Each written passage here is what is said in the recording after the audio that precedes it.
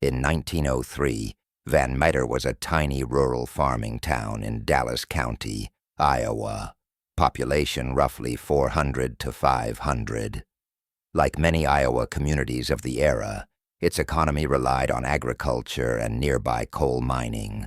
An abandoned coal mine lay just outside town. Local lore held that digging too deep into the earth might stir up strange forces.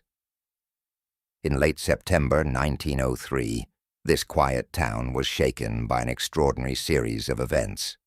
Farm towns like Van Meter had few hundred residents, solid communities whose daily life was ordinary.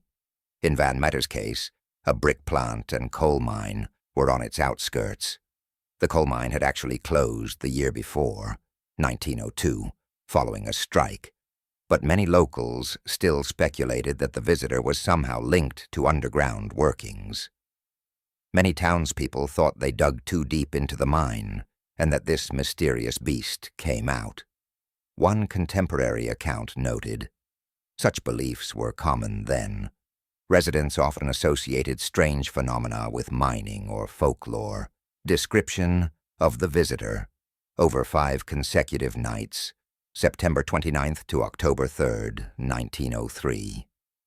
Multiple reliable witnesses described seeing a winged, bat-like creature, roughly 8 feet tall.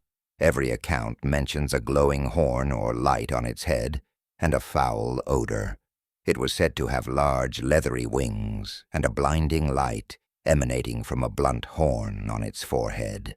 The creature was reported to be immune to gunfire.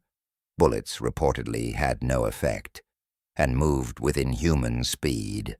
One newspaper described it as seemingly half human and half beast, with great bat-like wings and a horn that emitted a dazzling light. Witnesses likened its gait to a kangaroo's hops when it was on the ground.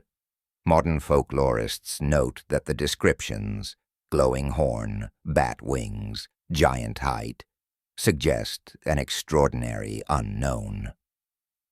The first sighting, September 29, was by U.G. Griffith, an implement dealer returning home at night. He saw a bright searchlight on a roof, Maher and Griggs' store, that suddenly vanished and reappeared elsewhere. His report was dismissed at first. The very next night, Dr.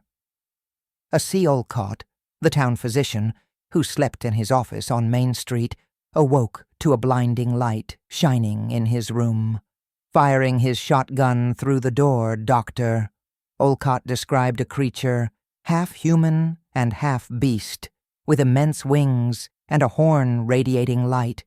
The odor almost overpowered him. Fleeing back inside, he barred his doors and remained in terror until dawn. September 29th, 1903, first sighting, U.G. Griffith. Griffith, a local implement dealer, drove into Van Meter around 1 a.m. and saw a mysterious bright light moving across the roof of a store.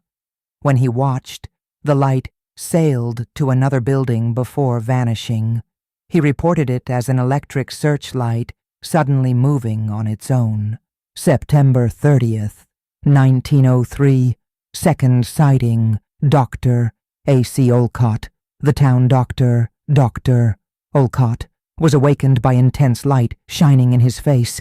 He grabbed his shotgun and rushed outside. In the street, he saw the monster with bat-like wings and a horn glowing like a headlight. He fired at it, point blank, but the creature was unharmed, overwhelmed by the light and an stupefying odor. He retreated, terrified. October 1st, 1903, third sighting, Peter Dunn.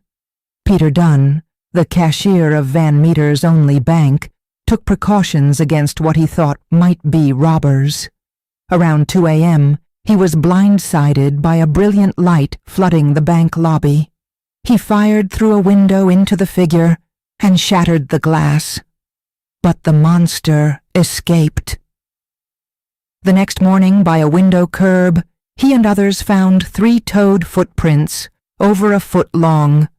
The townsmen made plaster casts of these strange tracks,